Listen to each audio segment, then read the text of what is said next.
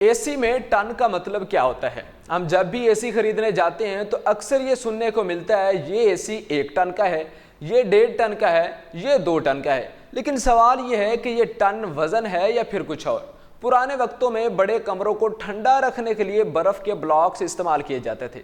जितना बड़ा कमरा उतनी ही ज्यादा बर्फ चाहिए होती थी।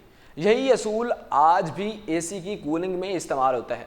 फिजिक्स के कवानीन के मुताबिक ठंडक को पैदा नहीं किया जा सकता, अलबत्ता हरारत से उसको तब्दील ज़रूर किया जा सकता है।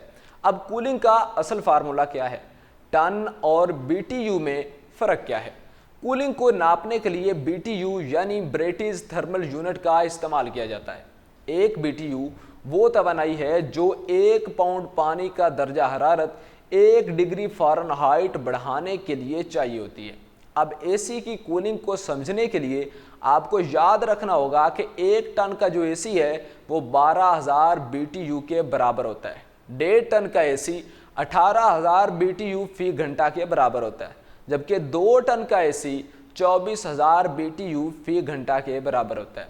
अब आपको कैसे पता चलेगा कि आपको कितने टन का एसी चाहिए। तो याद रखिए, अगर आपका कमरा 10 बाई 10 फीट का है तो 1 टन का एसी काफ़ी रहेगा। अगर आपका कमरा 12 बाई 12 फीट का है तो आपके लिए 1.5 टन का एसी दरकार है, या इससे आपका कमरा बड़ा भी है तो उसके लिए भी आपको 1.5 टन का एसी चाहिए होगा। और अगर कमरा इससे भी बड़ा होगा तो 2 टन का एसी आपको लेना चाहिए।